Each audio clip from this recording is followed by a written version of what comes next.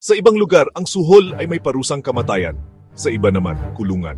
At ang mga kwento ay talagang nakakagulat. Sa Thailand, ang suhol ay krimen na may parusang kamatayan. Sa Morocco, ang suhol ay krimen na may parusang kamatayan. Kahit na madalas ay binababa ang sentensya o hindi isinasagawa. Sa Indonesia, pwedeng ipataw ang parusang kamatayan para sa korupsyon na sumisira sa pera ng bansa. Sa China, nakulong at minsan sinentensyahan ng kamatayan ang malalaking magnanakaw. Tangrenjian sinentensyahan ng kamatayan may 2 taong palugit. Hanyong sinentensyahan ng kamatayan may 2 taong palugit. Li Jianping pinatay noong 2024. Lai Xiaomin pinatay noong 2021. Pero marami pa ring sentensya ang sinuspinde o sikreto at bihira lang ang pagbitay. Ano ang aral para sa mga Pilipino? Ang pagpapakita ng parusa ay hindi kapalit ng matibay na sistema, pagiging bukas, pagsusuri ng mga libro at pananagutan ng tunay na lunas.